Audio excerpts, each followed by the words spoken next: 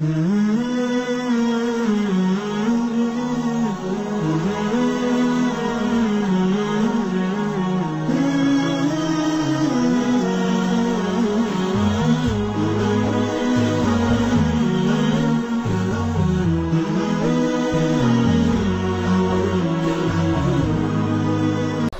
علیکم ورحمۃ اللہ وبرکاتہ۔ بسم اللہ الرحمن الرحیم۔ آج کی مجلس میں انشاءاللہ غسل کے مسائل کو ذکر کروں گا۔ غسل کے مسائل کچھ ایسے مسائل ہیں کہ جن کو ہم لوگ عمومی مجلسوں میں ذکر کرنا یا پھر علماء اکرام سے پوچھنا، ان چیزوں میں شرم محسوس کرتے ہیں، لیکن یہ مسائل کچھ ایسے مسائل ہیں کہ جب تک ہم ان کو سمجھیں گے نہیں، ہماری پاکی اسی پر منحصر ہے، اور جب پاکی نہیں ہوگی تو ہماری نہ نماز درست ہو سکتی ہے، نہ ہمارے قرآن پاک کی تلاوت درست ہو سکتی ہے۔ رہا مسئلہ اس میں شرم کا، تو حدیث میں اللہ کے نبی صلی اللہ علیہ وسلم نے ارشاد فرمایا ہے، ان اللہ لا یستحی من الحق، کہ اللہ تبارک و تعالیٰ حق بات سے نہیں شرماتا۔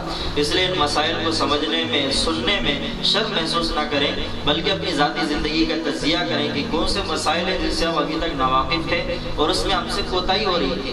بہرحال اب میں غسل کے مسائل کو ذکر کرتا ہوں۔ سب سے پہلی بات ہم یہ سمجھ لیتے ہیں کہ غسل کن چیزوں کی وجہ سے فرض ہو جاتا ہے، واجب ہو جاتا ہے۔ ایسی کون سی حالتیں ہیں کہ جس کے صادر ہونے کے بعد ہم کو پانی نہانا فرض ہو جاتا ہے؟ سب سے پہلی چیز، فقہاء کرام نے، علماء کرام نے مسائل کی کتابوں میں غسل کب فرض ہوتا ہے اس کی 3 شکلیں بیان کی ہیں۔ سب سے پہلی صورت، جبکہ عورت حیض کا خون آنا اس کو بند ہو جائے، ماہواری جو منتھلی آتی ہے، اور دوسری چیز جبکہ عورت کو نفاس ڈیلیوری کا خون آنا بند ہو جائے۔ یہ 2 شکلیں عورتوں کے ساتھ مخصوص ہے، انشاءاللہ اس کو کسی اور مجلس میں ذکر کروں گا۔ تیسری شکل ہے کہ جب آدمی ناپاک ہو جائے، یعنی جنابت کی حالت جس کو کہا جاتا ہے۔ حالت جنابت کس طرح ہوتی ہے، اس کی 2 شکلیں عموماً پائی جاتی ہیں انسانوں کے اندر۔ سب سے پہلی شکل وہ ہے احتلام کا ہونا، اور دوسری شکل ہے انزال کا ہونا۔ احتلام کہتے ہیں کہ آدمی سویا ہوا ہو اور کوئی خواب دیکھ لے جس کی وجہ سے اس کو منی خارج ہو جائے، شہوت منی خارج ہو جائے، تو اس کی وجہ سے آدمی کی طہارت ٹوٹ جاتی ہے اور آدمی ناپاک ہو جاتا ہے۔ ایسے آدمی کو جنبی کہتے ہیں۔ حدیث میں اللہ کے نبی صلی اللہ علیہ وسلم نے ارشاد فرمایا ہے کہ جس گھر میں کوئی جنبی ہوتا ہے، یعنی ناپاک آدمی ہوتا ہے، تو جب تک وہ پاک نہیں ہوتا تو رحمت کے فرشتے اس گھر کے اندر داخل نہیں ہوتے۔ اس لیے اس بات کا بھی معمول بنائے کہ جب بھی آدمی یہ ناپاک ہو تو جلد از جلد پاکی حاصل کرنے کی، نہانے کی، غسل کرنے کو ضروری سمجھے۔ دوسری بات یہ ہے کہ احتلام جو ہوتا ہے، عموماً بعض لوگوں کو ڈاؤٹ ہوتا ہے کہ صبح اٹھ کر دیکھتے ہیں ہم اپنے کپڑوں پر تری محسوس کی جاتی ہے، کپڑے کچے ہیں، تو اب آدمی کنفیوز ہو جاتا ہے کہ اس کو میں منی سمجھوں یا پھر کوئی عام بات پانی سمجھوں۔ تو اس کے لیے اس بات کو ذہن میں رکھیں، مسائل کی کتابوں میں یہ بات صاف طور پر لکھی گئی ہے کہ اگر آدمی شرمگاہ کی جگہ پر صبح تری یعنی کچا پن محسوس کرے تو اس کی وجہ سے بھی اس کو منی ہی شمار کیا جائے گا اور اس کی طہارت ٹوٹ جاتی ہے۔ اب اس کے اندر شک وغیرہ کرنے کی ضرورت نہیں ہے، آدمی فوری طور پر پانی نہانے کی کوشش کرے اور پاکی حاصل کرنے کی کوشش کرے۔ دوسری بات یہ ہے کہ آدمی کو احتلام کے علاوہ انزال بھی ہوتا ہے۔ انزال کہتے ہیں کہ آدمی بیداری کی حالت میں، چاہے وہ خیالات سے ہو یا پھر وہ اس خیالات کے علاوہ کوئی تصویر وغیرہ دیکھے یا پھر نگاہ بد نظری کے ذریعے سے اس کو منی خارج ہو جائے، تو یہ انزال کا ہونا یہ بیداری کی حالت میں ہوتا ہے۔ اس کی وجہ سے آدمی کی طہارت ٹوٹ جاتی ہے۔ اب جو پانی نکلتا ہے آدمی کو، وہ 3 طریقے کا پانی ہوتا ہے۔ ایک ہوتا ہے منی، دوسرا ہوتا ہے مزی، اور تیسری چیز ہے ودی۔ منی کہتے ہیں جو شہوت کے ساتھ انسان کو خارج ہوتی ہے بالغ ہونے کے بعد، یہ چیز تو ایک عام آدمی بھی سمجھ سکتا ہے۔ دوسری چیز جو جس میں عموماً ہمارے نوجوان پریشان ہوتے ہیں وہ ہے مزی، جس کا مطلب یہ ہے کہ آدمی بس خیالات کرے یا پھر کوئی بری تصویر دیکھے، اللہ معاف فرمائے کہ اس وبا سے اللہ پوری امت کی حفاظت فرمائے کہ ایسے گندے خیالات یا گندی تصویروں کا دیکھنا جس کی وجہ سے تھوڑا سا پانی نکلتا ہے، تو یہ تھوڑی سی شہوت کے ساتھ ہوتا ہے۔ اس کو مزی کہتے ہیں۔ اس سے صرف اور صرف وضو توڑتا ہے، اس سے طہارت نہیں توڑتی۔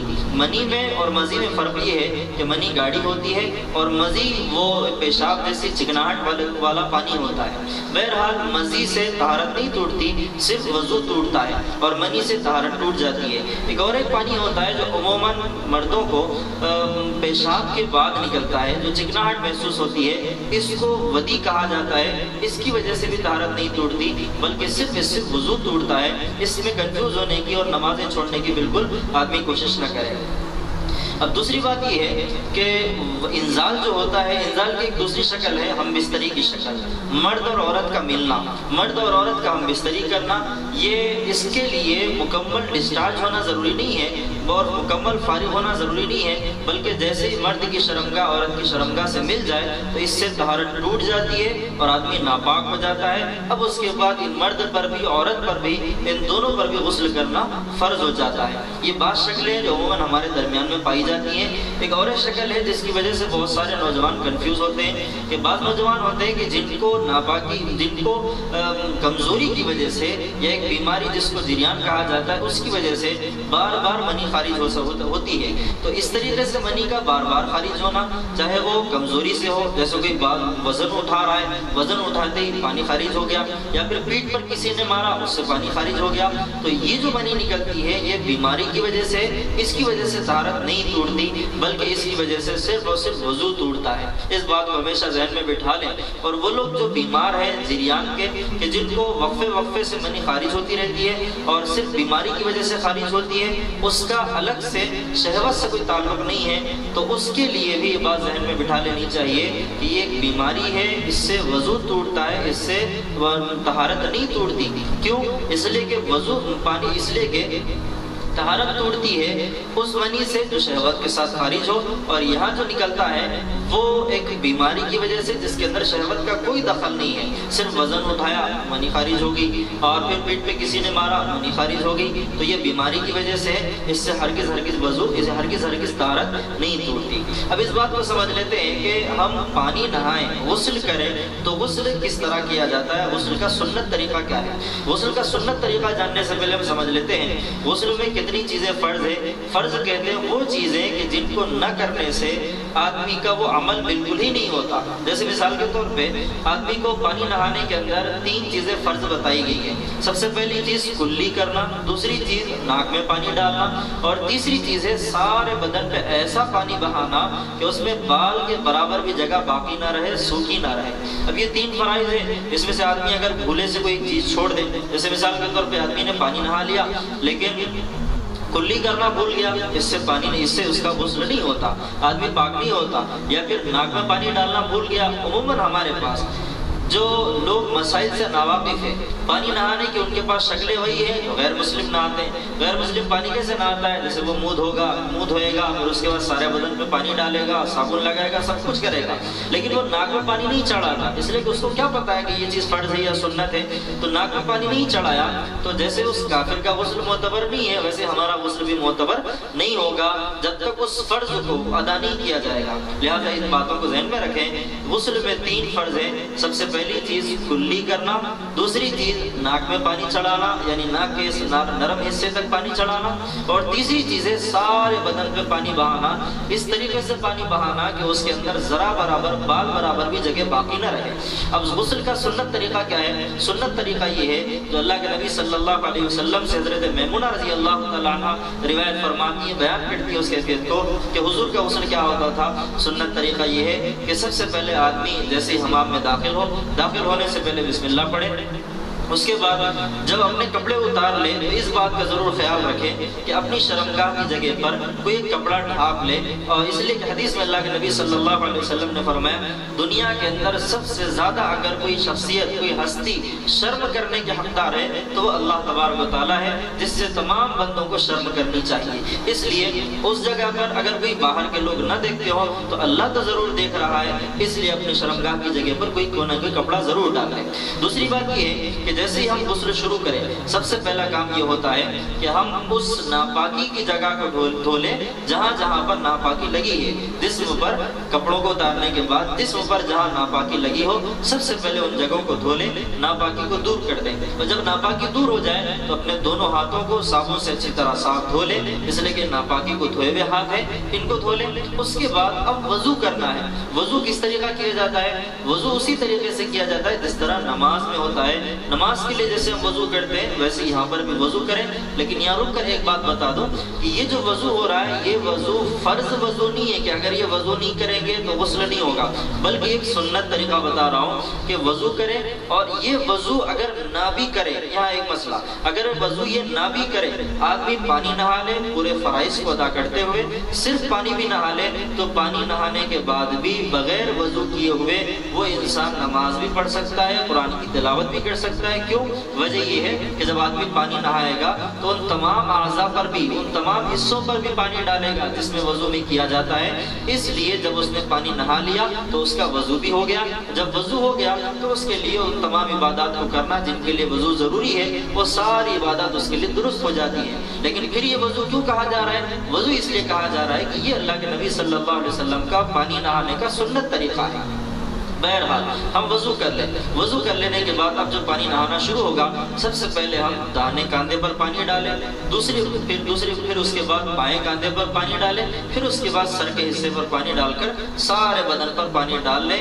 اب اس میں چند چیزوں کا خیال رکھیں، بعض وہ جگہ ہوتی ہیں جہاں پر پانی صرف ڈال لینے سے پانی نہیں پہنچتا، جیسے ایک بغل کا حصہ، دوسرا بمبی کا حصہ جس کو ناف کہا جاتا ہے وہاں پر بھی پانی نہیں پہنچتا، تیسرا ہمارے ٹخنوں کی جگہ پر جس میں سختی کی وجہ سے پانی نہیں پہنچتا، اور چوتھا ہمارے ہاتھ اور پیر کی انگلیوں کے درمیان میں جس میں خلال کرنا سنت بتایا گیا ہے ان جگہوں پر پانی نہیں پہنچتا، اور چوتھے سب سے اہم بات اپنے بالوں کے اندر اچھی طریقے سے ہاتھ پھیریں کہ وہاں تک بھی پانی نہیں پہنچتا ہے، اس لیے ان باتوں کو خیال رکھیں اور ان جگہوں پر پانی بہانا ضروری سمجھیں۔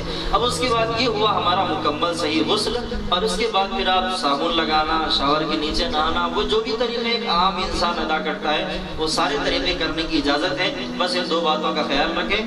پہلی بات ہمارے وہ 3 فرائض میں سے ایک بھی چیز نہیں چھوڑنی چاہیے، اور دوسری بات کہ اس جگہ پر بھی ہم اپنی شرمگاہ پر کوئی کپڑا ڈالے رکھیں۔ اب اس کے بعد ہم آتے ہیں کہ کون سی چیزیں ہیں، جو کون سی عبادات ہیں جو ہم ناپاک ہونے کے بعد نہیں کر سکتے۔